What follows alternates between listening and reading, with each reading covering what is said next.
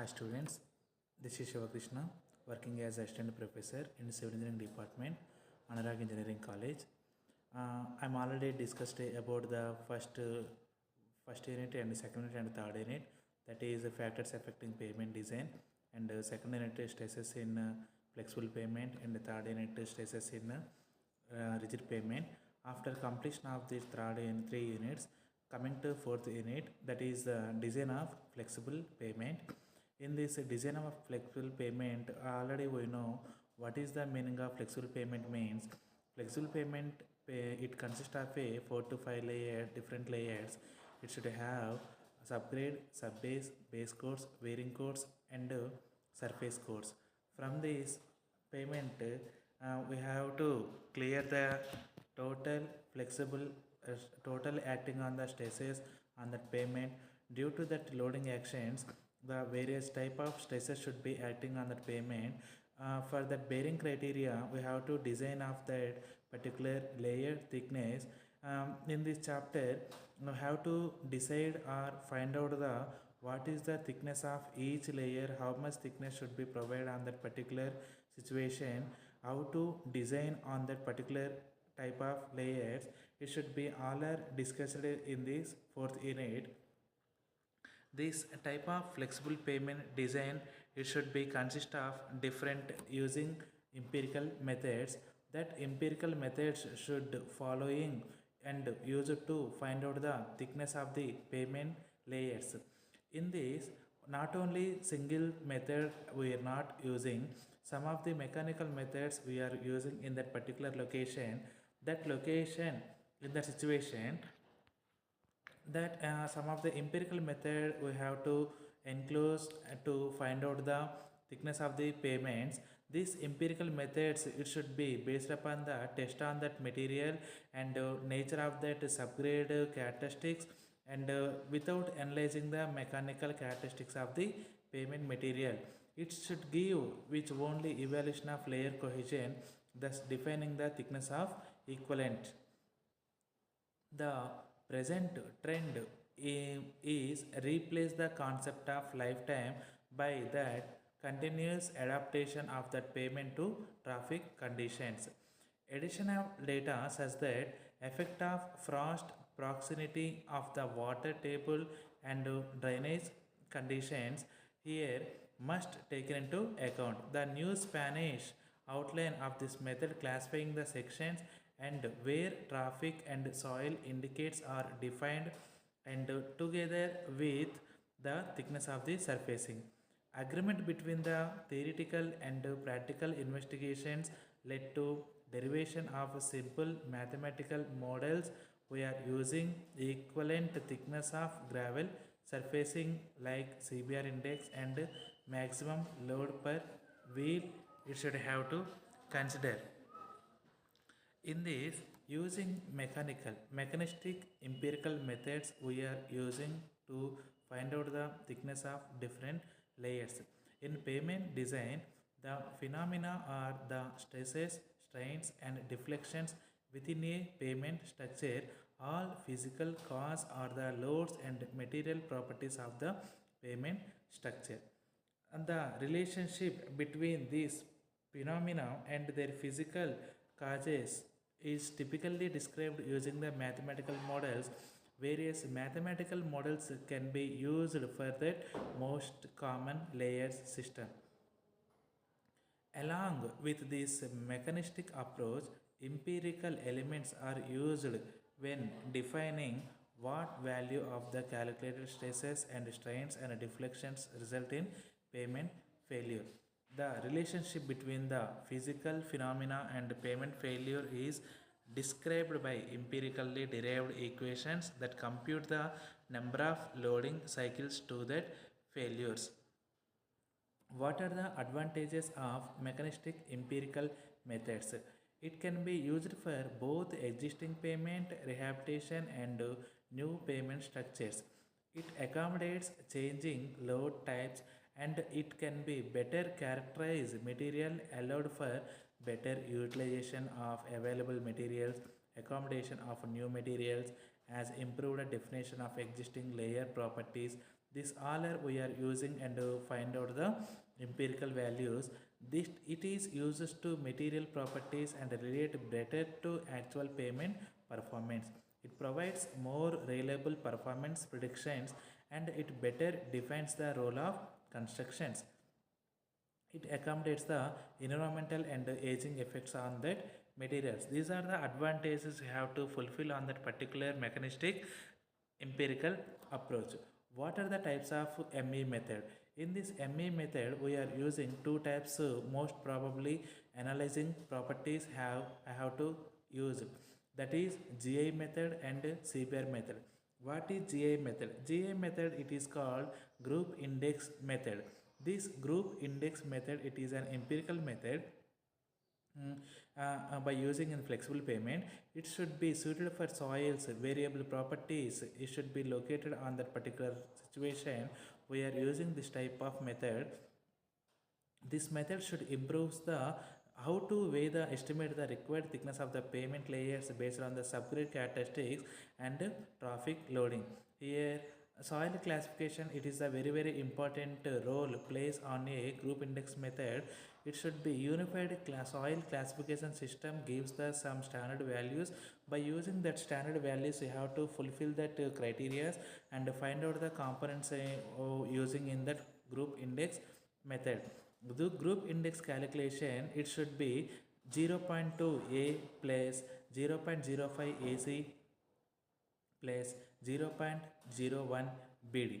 So here in this group index method it should be represent the value of 0 to 11. In this 0 to 20, in this 0 should be represented as very poor, very good strength, and 20 should be represented as very poor performance should be shown in that group index method.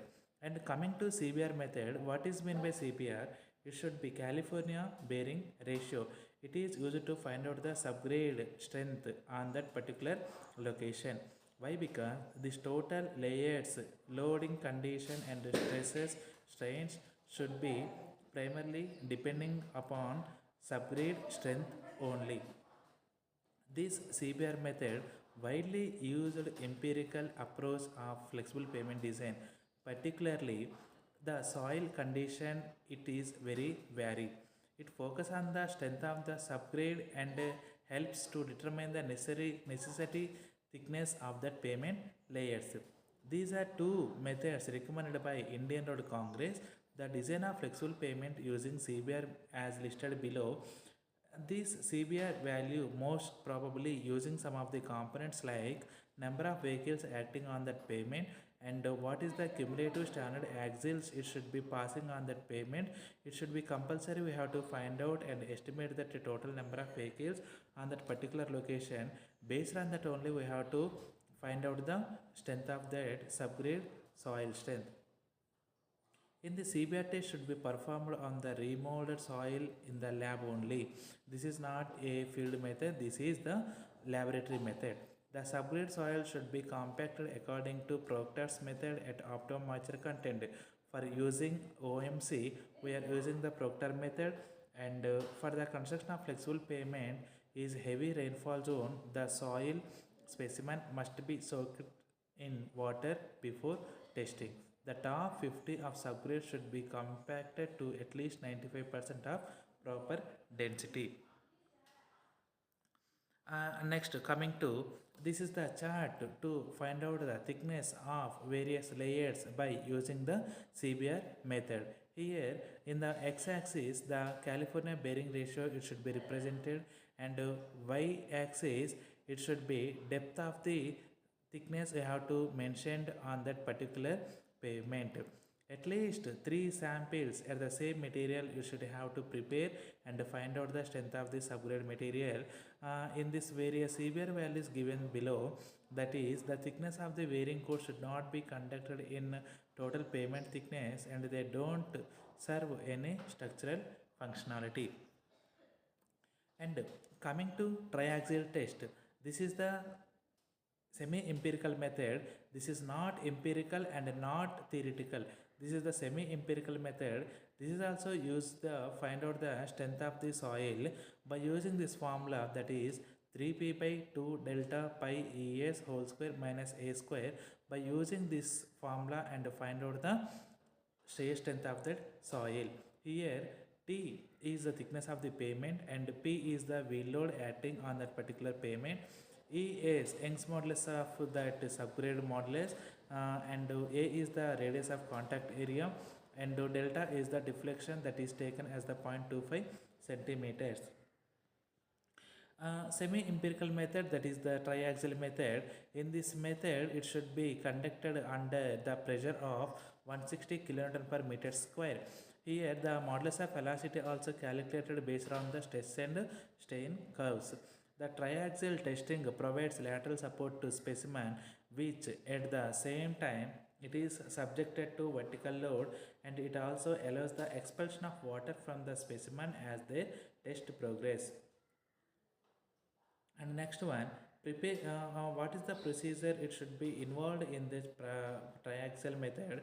First of all, you have to prepare the sample and apply the some pressure and apply the deviation stress and calculate the strains due to the stresses, and what are the stresses strains acting on that particular scenario, and draw a some plot the some graphs, and you have to find out the modulus of deformation it should be occurred on that particular location. And coming to that, that is the theoretical method, that is IRC method. What is IRC means? Indian Road Congress. Indian Road Congress should be given one specification and a particular design for finding the thickness of the pavement in flexible pavement. In this, using CBR values also, the pavement design gives in the previous edition that should be given in the IRC 37 and 1984. It should be applicable to design of traffic up to 30 MSA. MSA means million standard axles acting on that particular location and acting on that particular design period. Earlier, code is empirical in nature. We have some limitations regarding applicability and extrapolation. These guidelines follow analytical designs and developed new set of designs up to 150 MSA. First of all, you have to design up to 30 MSA. After doing some modification, that limitation should be extended to 150 million standard axles. Flexible pavements are considered to include the pavements which have bitumen surface and granular base and sub-base courses conforming to the IRC method standards and the guidelines applied to new pavements. This is the design criteria. Here, what should design you have to provide, what are the components we are using in that particular design of that particular pavement. The flexible pavement had to modeled as a 3-layer structure. Its stresses and strains have to calculate on that particular location. After that, how many cycles are acting on that particular location at that particular design period, in that what is the lane it should have to implement on that particular location. These all are considered parameters in the design of flexible pavement. Vertical compressive strain at the top of the subgrade and cause subgrade deformation resulting in permanent deformation at the pavement surface. Horizontal tensile and stresses and strains at the bottom of the bituminous layer which can cause fracture of the bituminous layer. Pavement deformations within the bituminous layers. While the permanent deformation within the bituminous layer can be controlled by meeting the mix design requirements, thickness of the granular and bituminous layer selected using the analytical design approach. So stresses at the critical points, allowable limits, the calculation of tensile strains at the bottom of the bituminous layers, the stiffness of dense bituminous macadam layer within the 60 by 70 bituminous grade we have to use it in this particular analysis. This is the formula for using the traffic load acting on that particular location, that is 365 into 1 plus r whole power n minus 1 by r into a into LDF into VDF. This is N means cumulative number of standard axle on that particular location, and R means growth rate. It should be year by year, it should be increasing in that particular scenario. And A is the initial traffic in the year. In that construction area, what standard vehicle should be acting on that pavement should be considered as the A value, that is P into 1 plus R whole power N. This is the pavement thickness charts, design charts. We are finding the thickness of the pavement. Here, see that figure, one x-axis should be shown as the traffic, and y-axis should be shown as the thickness of the composition. Here, every layer, it should be different symbols you have to indicate it in the chart, that is granular subbase materials and granular bitumen and dense bituminous macadam and bituminous macadam base coats, subbase coats and primary coats. These all are different thicknesses and different figures shown in that particular chart. Based upon the MSA value and based upon the CBR value, we have to find out the thickness of that individual layer, how much how to provide on that particular location. It should be clearly given on that scenario. Here see, this is cumulative standard axle up to 10 MSA. We have IRC prepared a standard axles charts up to 150 MSA. This is by using CBR method.